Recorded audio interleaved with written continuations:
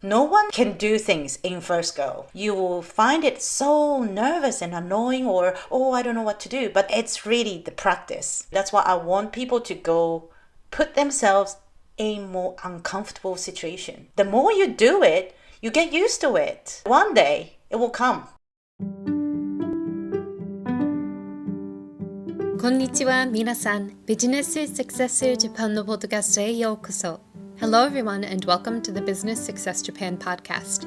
This is your host, Rie Eichmann. This podcast is made for those who want to develop or strengthen the communication skills, cultural savvy, insights into current trends and conditions, and mindsets that are essential in a Japanese business environment. The helpful, practical suggestions and engaging insights offered here provide listeners with the in-depth cultural context needed to achieve their own version of success while collaborating with Japanese counterparts. In today's episode, I'm chatting with Rie Eichmann, a global sales and mindset coach, intercultural trainer, and consultant who is passionate about teaching a global mindset to professionals and the next generation to give them the confidence and skills for success in an increasingly globalized world. While Rie is a native of Japan, she is currently based in Brisbane, Australia, and has years of experience living and working abroad in the UK, Taiwan, Thailand, and the United States. But before we get into the episode, let's go over a little bit of Japanese.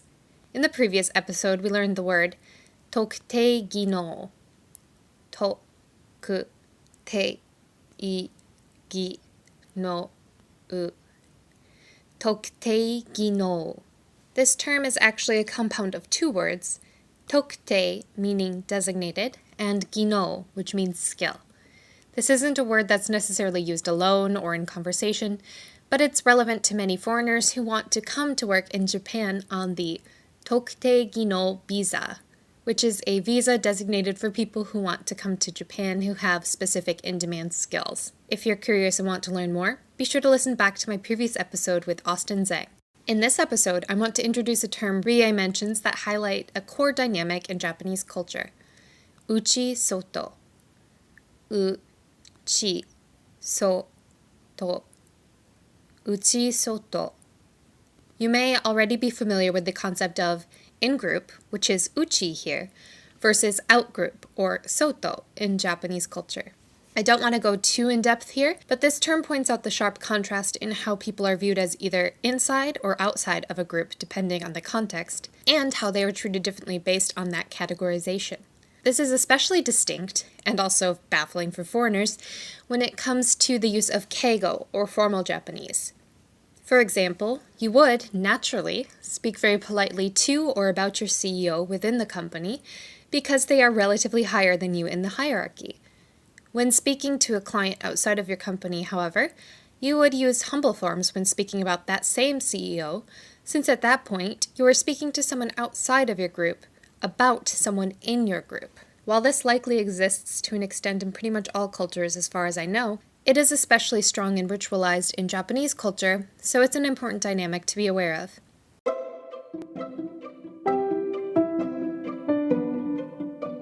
Before we get into the interview, I wanted to take a quick moment to highlight 3 ways you as a listener can help support the podcast if you want to keep it going. If you haven't already, please go ahead and follow or subscribe on whatever platform you're using, and consider leaving a review if you're on Apple Podcasts to help the podcast reach new listeners who could benefit from the information shared here. If you have a favorite episode, please go ahead and share it with a friend or colleague who you think would enjoy it. And if you would like to help make sure I stay well caffeinated enough to keep putting together these podcasts, you can also provide financial support at the podcast's new Ko-fi page. You can donate once or even monthly, and every little bit goes a long way. You can find the link to do so in the description of the episode. Thanks so much in advance, and let's get into today's conversation. I'm really excited for this conversation. Could you please introduce yourself to my audience to get started? Sure. Hi, my name is Rie Eichmann. I am originally from Tokyo, Japan. It is my honor to be here today. Thank you for having me, Lydia. I have studied and worked in both east and west side of the world, including Taiwan, Thailand, US, and UK. And now I'm based in Brisbane, Australia. Yeah. So what is the work that you're doing in Australia right now? So As you know, everything is kind of turned into online. So I used to do physical, cross-cultural, intercultural training physically, but nowadays I have to really do everything online. So I do teach Japanese university students, teach them global skills and some online executive coaching and mentoring. And I'm kind of trying to develop this Globalize Yourself program to help people learn how to be global person. Yeah, that sounds really interesting. Could you tell me a little bit more about the work that you do with college students in Japan? Sure. I've been away or living abroad, and I've always seen a lot of Japanese students. They come to UK, come to Australia, just studying English, right? And then I always thought, well, you spend a lot of money and time and effort going to abroad and study, but you can do this in your own country. And I want to help young people to learn something, more relatable, something that the skills that they can use so they can build network or meet people and do something collaboration or whatever. I want to teach that kind of skill using English. So I want them to learn English as a tool, not just a purpose, but use it and be more, global person. So that's my idea. That definitely makes a lot of sense. Just moving on to our next topic, could you please share a little bit about what, in your experience as an intercultural communication instructor, you think are the most important skills or mindsets for people to have who want to work specifically in a Japanese context? Right. I think it's kind of comes to, a little bit global context as well. But the most important thing is really open-mindedness.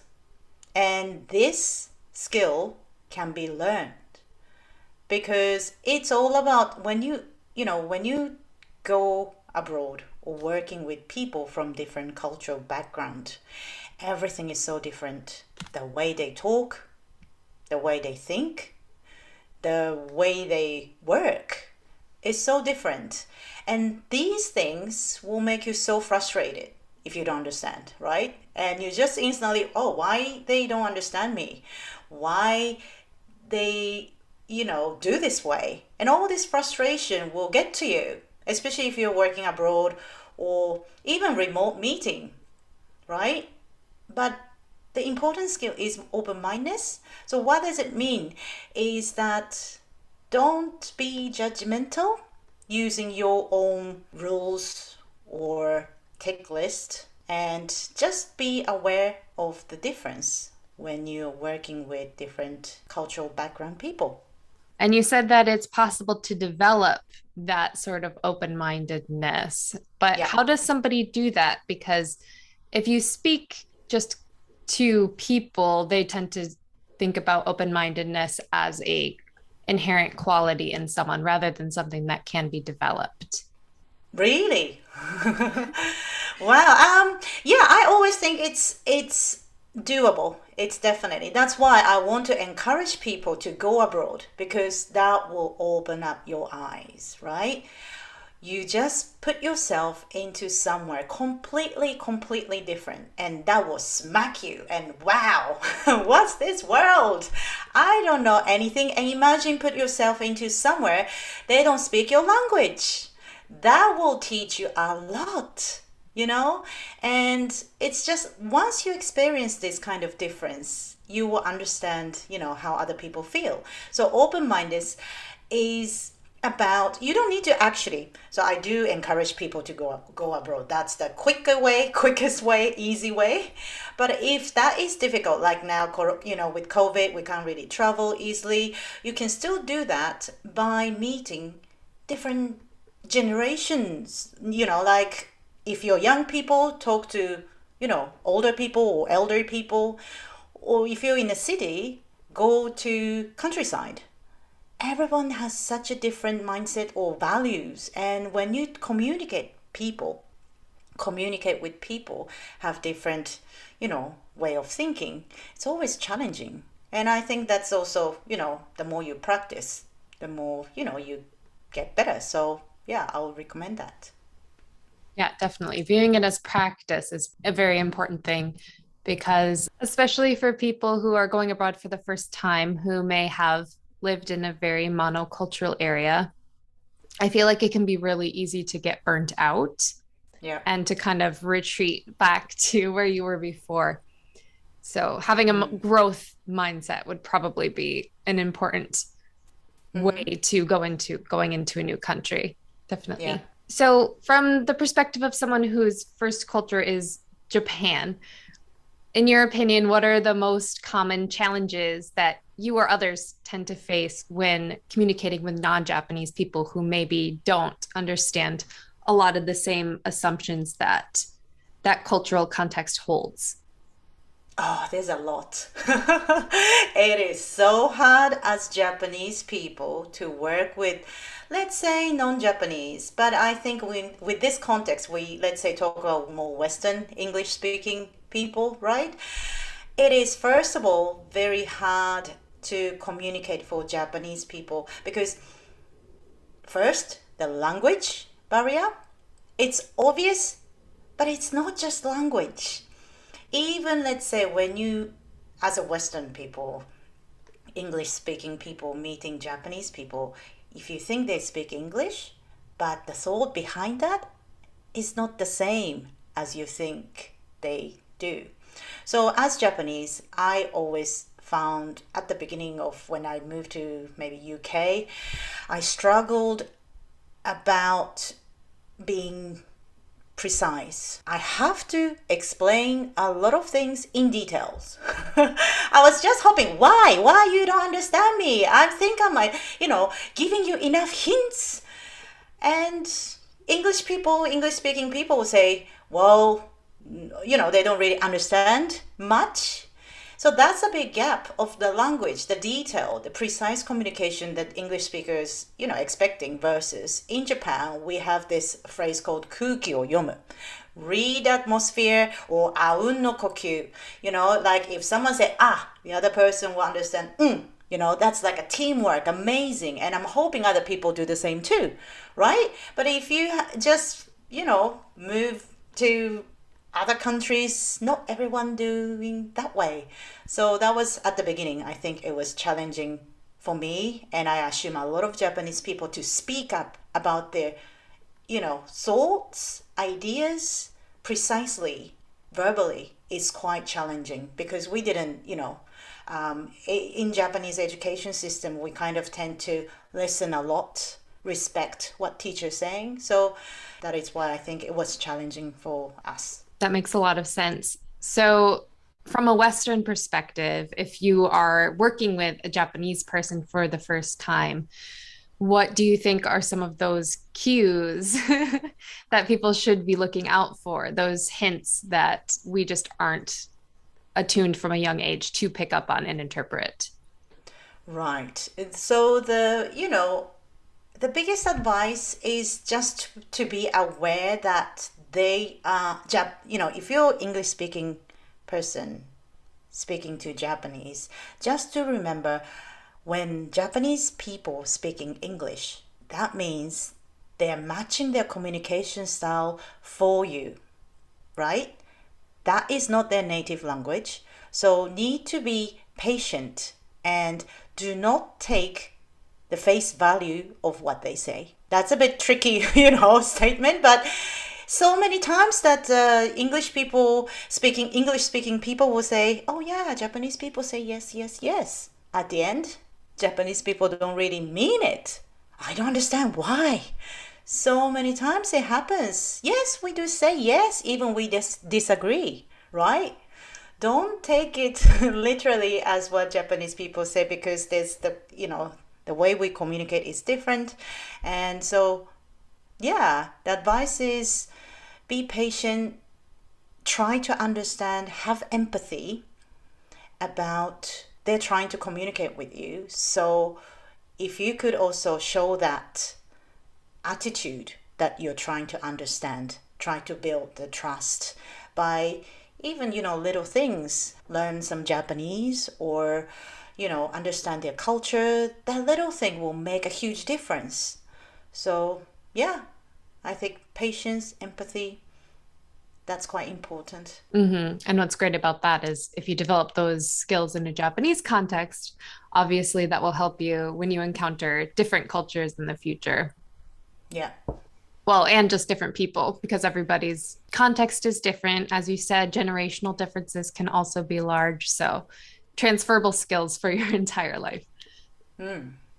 So, as you said before about having to say everything very clearly, having to be very forthright with what you're trying to express, since Japan is considered a high context culture where if you say very little, people can kind of intuit what the other person means, just kind of based on shared experiences, based on shared assumptions.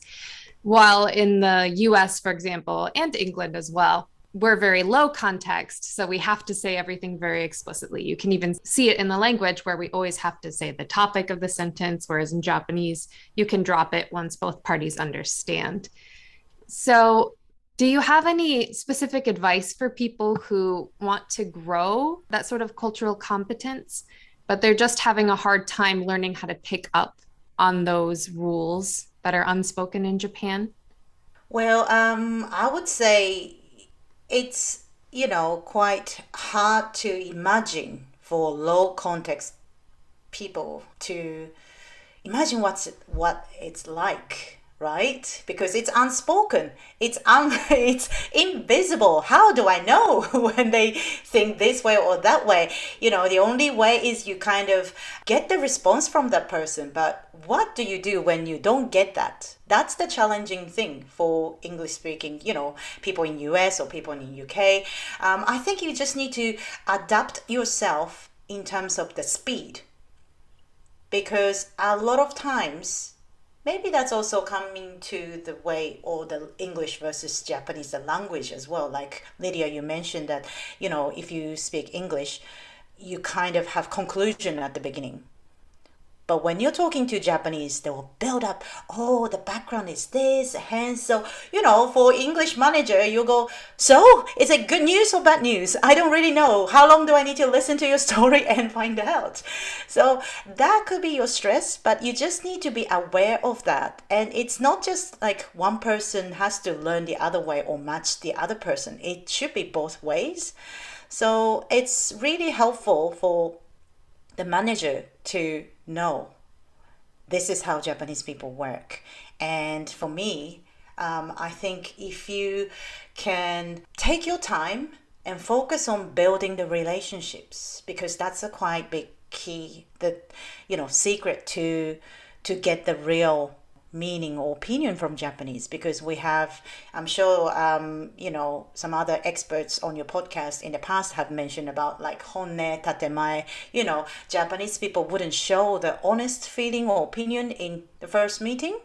So you need to build up the relationship. So just assume it will take time, but you will get there if you show your, attitude that you want to build the good relationships with them. You teach a lot about global mindsets. You help your students and clients develop global mindsets. How would you define that term? What does that mean to you? Okay, so global skills and global mindset. I really truly believe this skill is so important more than ever, because now everybody's working remotely, online, and basically, well, nowadays, like, you have virtual office environment. You can put your avatar online and you can meet, do work, like basically borderless. And for me, I define global person or global skill is that the skill you can gain and you can work anywhere in the world, not just your home country. So it's not only the language, but also the mindset is to understand how other people work. Doesn't matter specifically Japanese or American or English, but if you're flexible and curious and open-minded, you can do so many things with amazing people anywhere in the world. Nowadays we collaborate like us now. You're in America, I'm in Australia. If you spot amazing people and you want to work with them, you need to build the trust. You want to work with someone who understands you and not just holding on to the way they work, right? So for me, for those people who have global mindset, is very considerate, have empathy, and willing to elicit the best out of the other person. So I think it's truly important, especially even for our next generation. They will be working or competing, or I don't know, there will be more AI robots that will be appearing, and you need, one job globally. If you have engineering job posted, anyone can apply for that. Doesn't matter you're in US or UK, Africa, everybody can, do this because the infrastructure is, here already. So you need to be different. You need to be creative, and you need to be able to work with anyone in the world. So that's why I believe that global mindset is so important these days. I definitely agree with that. But a trend that I do see with certain people, it's nothing new, but there does seem to be a mindset where as technology improves, things like automated translation improve. A lot of people refer to used to kind of talk about American business culture. Now people more commonly say Western. Now people even just refer to it as international business culture or global business culture. And kind of the assumption is that everyone should just learn global business culture and then we won't have any problems understanding each other. Do you have any thoughts about that idea? That's very interesting idea. I love talking about this. It's just like, the beauty of meeting people, collaborating. You learn about, different ideas. And so what you were mentioning is, everybody's kind of tend to do international and global thing, and does it fix? That will help, but still, that will help only if you know the specific either Western or Japanese thing, because you can't just have global thing without this base foundation. That's how I see it. Is now I work with like a global company, everybody communicating in Slack and all this modern thing, and you can't really see who's where, but you still need to build a relationship in between, right? That's people and people. And if let's say if you're dealing with people in Malaysia, you want to respect their culture, right? Oh, they do this, that, and then if you're working with Japanese, this is how they do things, and still that's really the individual country specific information will be so useful to have. So yes, to answer your question, yeah, global is important, but also it has to have the base of the foundation of the knowledge of the people you're going to work with. So, what do you think people can do to try to develop this global mindset? Is it a matter of having open-mindedness, empathy, or how much importance would you place on people actively studying and learning about the cultures and the traditions of the people that they will be working with who are from other cultural contexts? Right. Like after all, I have taught a lot of intercultural training, or I have met a lot of Japanese people, try to, learn English. And I myself learned, English when at the beginning when I started, my English was terrible. And I remember people couldn't understand my English. And, when I call up, people go, I don't understand you. And I kind of understand the language is also very, very important. And believe that, what you learn, you remember maybe very little after you listen or read until you do it. So I think the action is really important. It's good. It's good to learn and understand the world, but it's kind of wasting if you're not using it. Same as language, same as, all the books you read, you need to do it and apply. And that's why, for me, global mindset or skills is like also, it has to come with the action, what you want to achieve, how you will improve, or, put yourself beyond your comfort zone. And that is, very important while you're learning the specific country specific information. Okay, so how can you apply to yourself when next time you actually meet Japanese people or Malaysian people, or try to apply and do it part is really important. And we can all do that nowadays easily by collaborating. People, if you're interested in a specific country or culture, you can meet them online, do some events together, do some podcasts together, and then get to know, and you confirm, yeah, that was right, it works. Or, oh, I thought this works. This is how, what I read, but it didn't work. So it's all up to you, and everybody's different, as you mentioned, right? So you also have to have your formula to approach. And that's the key. The action and application of your knowledge is very important. Definitely. And I just kind of want to insert something here where a lot of the students I had really wanted to do things perfectly, wanted to apply things perfectly when they interacted with Japanese people next time. But I just felt like it was important to express to them that these are tools. It's not a performance. It's something that you use to try to build relationships, but it's not like a pass-fail situation. You're using it in order to ultimately build relationships. It's not the end goal in itself. As fun as it is to learn about culture, the goal is the person that you're interacting with on the other side. Indeed. Yeah, it's interesting to know that, your students also saying that thing, because a lot of Japanese are very perfectionist too, and they're so afraid of speaking English. And, so for me, I always say that you need to remember you're learning second language. There's so many people don't speak any other language apart from their, mother tongue, right? So just appreciate the fact that, oh, I'm doing amazing because I'm learning second language. So just always, pat your shoulder and yes, I'm doing great. And yeah, I also always want to encourage Japanese people to be afraid of trying, because I learned so many different languages. I lived in Thailand, so I didn't know any Thai when I got there. And it's quite foreign language. Imagine nothing. It doesn't really sound similar to any language I know, like, Japanese. But I learned Thai by just listening and, talking with local masseuse and taxi drivers. And they're my, Thai teacher.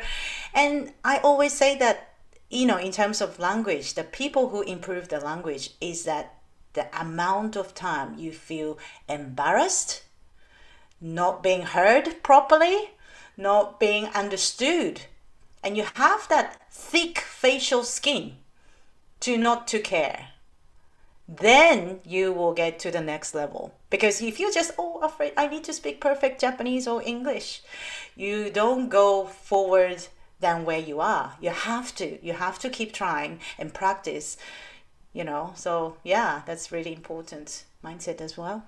And that definitely resonates with my own journey learning Japanese, because my major was Japanese in college.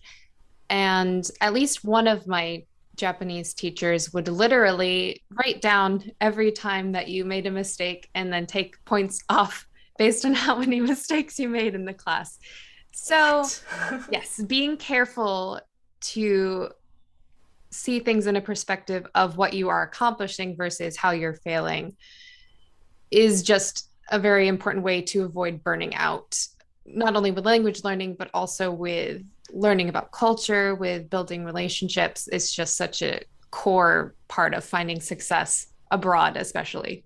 Indeed, because at the end, you want to be the person, it's quite universal, but you want to be the person that someone will remember and someone want to work with you. Oh, I know this person, It's about the likability as well. And you have different likability in, based on your culture. That's another hard part. I find that when I went to UK, so many people like to use sarcasm. Do you do that, Lydia? I am a very sarcastic person. So you are? Oh, yes. No. That's so annoying. I'm sorry for Yeah. Japanese people. Yes, I know. Mhm. So, in UK, oh, so many people just use as Mhm. default. And I always, believe, oh, really? No, of course not. So it took me a couple years to understand the black humor and sarcasm. Why people just talk, like even the humor is so different. I used to love American more Friends style, straightforward, funny, but after I lived in UK, I kind of enjoy the sarcastic, funny, humor as well because I get it now. But for Japanese people, non-native people to understand that is so challenging to, really next level to understand or be in that environment. So yeah, I remember. And then, the thing is, so talking about the global, like working with different culture is that imagine if you're in US or in UK, if you can reply in a witty way with sarcasm, you go, oh, this person is nice. Or if you can do good banter, yeah, you get the extra points from that, right? But Japanese people are not used to that. And I just feel sorry for, Japanese. We don't have place to practice sarcasm. But yeah, that's why, yeah, I always think, a lot of things that you need to know when you go to specific country. So now I know, in UK, don't believe whatever people saying. There could be just sarcasm, you need to practice as well. That is a very good point that I don't think has been brought up yet, is just be aware that sarcasm does not necessarily translate into other cultures or languages, especially Yeah, Japanese, which right. is tough for me because my whole sense of humor basically relies on sarcasm and dark humor. So I guess I have to find a different personality or persona in Japan if I want to try to be witty. Yeah, need to switch your persona. Mm. Definitely.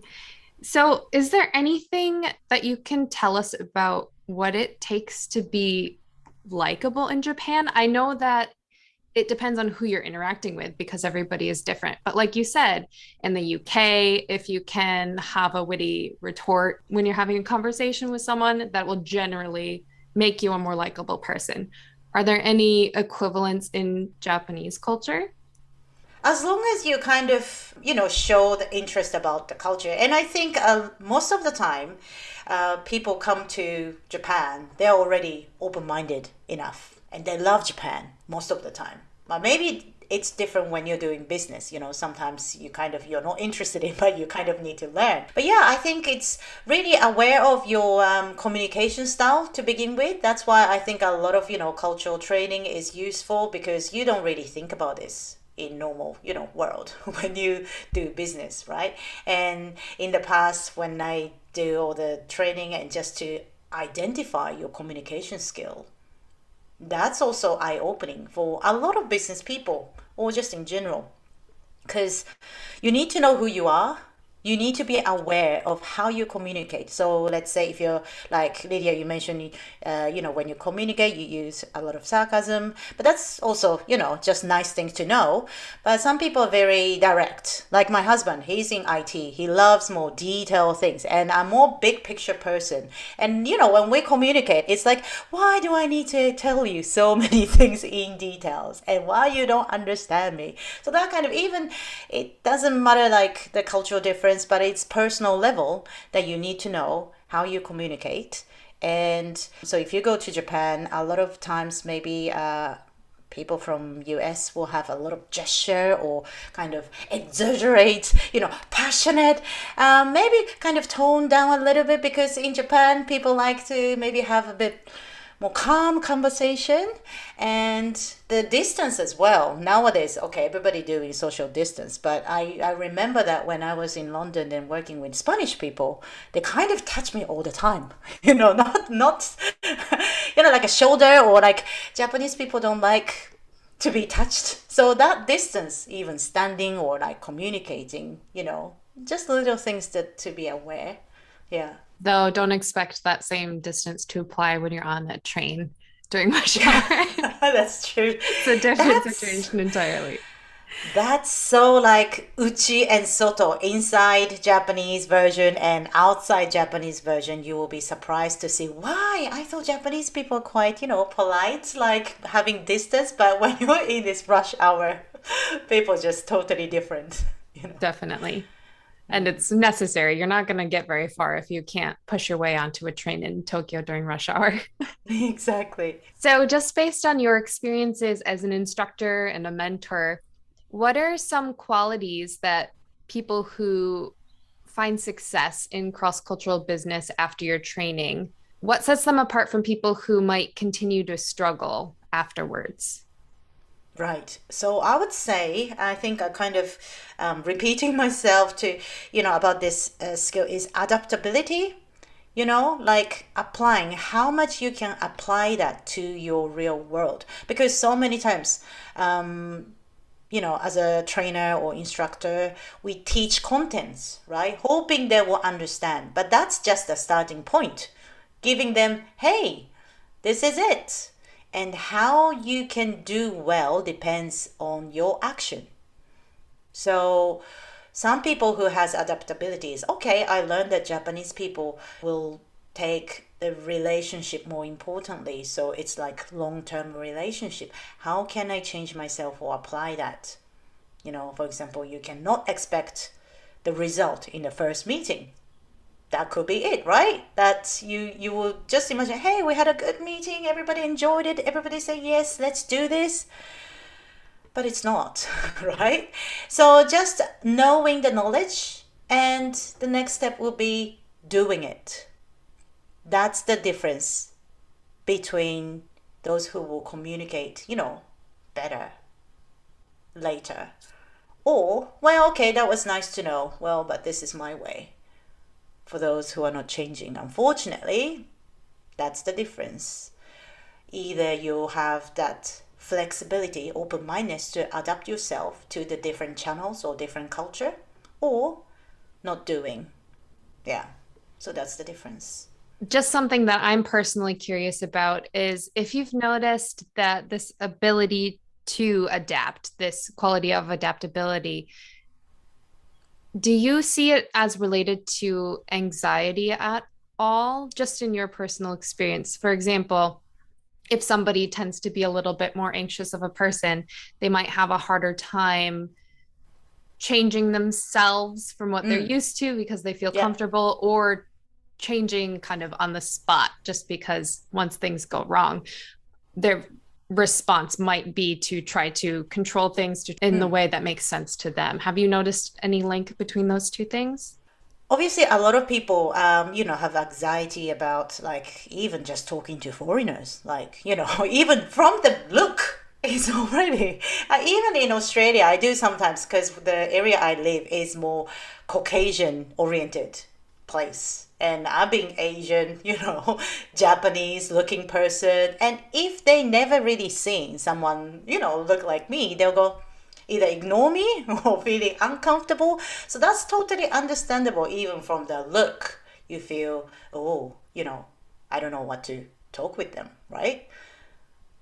And on top of that, if you don't speak the language, or if you are trying to speak the foreign language with them, that nervousness will come to you more. But that is why I always suggest to people, no one is like can do things in first go, like what we were talking about the language as well. I never, I couldn't speak English like this when I moved to UK London. So many people, friends, know how bad my English was. And if people listening to this podcast and, oh yeah, Rie, she must spend a lot of time or grew up in English speaking country, or but it's not. This skill is what I gained by doing a lot of this. I couldn't do it at the beginning. But so same thing apply to the cultural understanding as well, or meeting foreigners. You will find it so nervous and annoying, or, oh, I don't know what to do. But the more you meet, the more okay, it gets numb, like teaching as well. I used to be so shy and I was like, oh, I don't know. I don't know if I can train or speak in front of other people. But, you know, it's really the practice. And that's why I want to encourage people. Don't worry if you think you're nervous or anxious about, talking with people from different countries. The more you do, that's why I want people to go put themselves in more uncomfortable situation. The more you do it, you get used to it. And you feel like actually, one day it will come. Like, actually, it's totally fine. Like my podcast. Lydia, you've been podcasts, doing this, and you have gained a lot of experience. That's why the people listening to your latest one, wow, that's amazing. But I'm sure, at the beginning, it wasn't like this, right? Yeah, no, definitely not. So yeah, the practice will make, you better. And just being willing to accept that, yes, you will improve, but that does mean that at first you just won't be as good as you could be, but it's part of the process. And just Yeah, coming to yeah, terms with that is very important. exactly. Yeah. So, can you tell us a little bit about what it looks like to manage people from different cultures, especially if you're trying to manage people from different cultures all Oh yeah. in one team? What does that tend to look Okay. like? I used to manage different, international team back in London, and for me, the thing as a leader or manager, the important thing I would like to, raise point and wish people understand is that team, your team, which consists of different culture, is quite difficult to manage already, right? Because let's say if you have really international team, you have someone from India, someone from UK, someone from, Japan, everybody is so different. So the dynamics is amazing, but how you can make them working as a team, and also how you trust them, is really important. So just be aware, again, back to the language issue, is that everybody would be speaking English because that's the common, language. If you're English native speaker, please don't assume the surface of the conversation, because like I said, if you're English native people, you say conclusion first or very direct. You can share your opinion. And if you have someone, maybe let's say in Indonesia or Japan, for those people who think, well, whose native language is not English, they're already trying extra compared for those not, native speakers. So just give them that extra, empathy or thoughts about their matching your way or, everybody's universal global team way. And be aware that, or please do not judge based on the amount of thing that you hear. Because a lot of high context people's idea or, thinking is unheard, right? So you need to aware of, first of all, understand the dynamics of your team and build the personal approach even before you kind of work together to build the trust. You want to make, as a leader or manager, you need to make sure that your team member is trusting you and let you know if anything happens, problems or, need to kind of quickly respond. They need to trust you enough. So you need to build the trust first with all the team. And that's very crucial. And so do not just consider, oh yeah, they speak good English. Some people can, speak. But if you really truly need to have your team work amazingly, you need to gain the trust. And to do that, you need to show your attitude, empathy, showing that, hey, I'm trying to understand your culture or the way you work, and respect. And then that will also, be important topic to share with the team. So maybe just if it's really different, balance, like we have lots of English speaking people versus minority, you can match the communication in the team. So tell these low context people to lower down or, slow down a bit and, just raise the point so that the team member can understand better. I think that's quite important for a manager to do. Try to make some of those implicit things explicit, because if you don't, then the people who are from low context cultures that tend to be more talkative, more direct, more fast, I guess is another way of saying it. Yeah. They will take over the conversation, just not because they mean to. It's just the pace of how things move in those cultures doesn't necessarily match how they move in the other group's cultures. So being aware of that and making your team aware of that could be very important. Yeah, and especially now, we kind of do a lot of Zoom meeting. And imagine that it's even harder to feel how these quiet people thinking.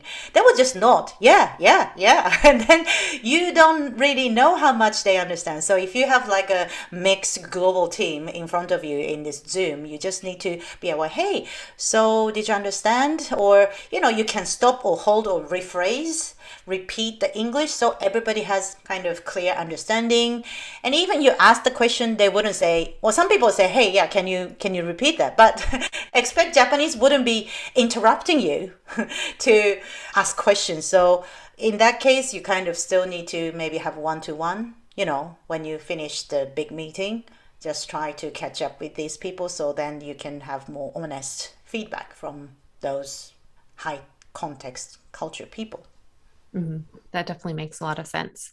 So, if you had a client or student who was going to Japan for business, but they didn't have much time to learn anything about the country or its culture ahead of time, what would you teach them, or what would you suggest that they put time into learning before they go? I would say try to learn minimum 3 words of Japanese. And that will kind of break the ice, and that will just impress Japanese. That is a good starting point. Obviously it's nice to learn how to exchange business cards, and I don't know, even these days they kind of do that thing, but to show you respect the culture will give the tremendous feeling to those who are in Japan, and this person's trying to understand my culture, and that will break a lot of ice. And learn the local language is quite important if you don't have really much time to understand more things, a lot of things behind that. And listen more and speak slowly. In terms of technical, things that they can do is really like talking about sarcasm, do not make jokes that they will just not understand, and just keep smiling and laughing. Try not to, lose your face. Mm-hmm. Yeah. So, It's such an easy thing to forget, is just how much we rely on not only sarcasm, but idioms, phrasal verbs. There are just a lot of things that make English especially difficult. So the more that you can be aware of that, I think could go a long way to helping you communicate more yeah, clearly with indeed. people speaking their second language. So thank you so much for your time today. I just wanted to double check that there wasn't something that we didn't get to talk about, something you wanted to talk about a little bit more while we're still on the call. I think you have covered everything. I hope, and I feel like I have shared everything that in my mind. So thank you for this opportunity, Lydia. Great. So, what can people do if they want to learn more about you and the work that you do? The easiest way would be find me on LinkedIn and connect with me. And I'll be happy to connect and discuss. And any collaboration, I'm happy to do as well. So Yeah, thank you very much for having me. definitely. And you also have a podcast. I'll put Yep. the links to all of that in the description of the episode. So, be sure to check that out. But yeah, thank you so much for your time today. Thank you. Thank you for your time too. I hope that you enjoyed today's conversation, and please be sure to check out the links in the description of this episode to learn more about Rie and all of the awesome work that she is doing in the cross-cultural communication space. If you enjoyed today's episode, go ahead and share it with a friend, colleague, or connection on LinkedIn to help spread the perspectives and information shared in the podcast. And please remember to go ahead and subscribe or follow on whatever platform you are using, and also leave a rating and review if you enjoy the podcast. If you would like to support the podcast financially, please check out the link to the new coffee page to keep me well caffeinated and making content. As always, feel free to email me at businesssuccessjapan@gmail.com if you have any other questions, comments, or suggestions for future episodes or interview topics. Also, be sure to reach out if you would like to contribute as a guest on the podcast to share your own cultural insights into doing business in Japan.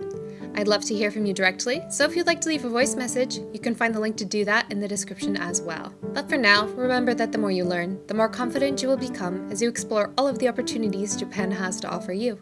Until next time, mata kondo.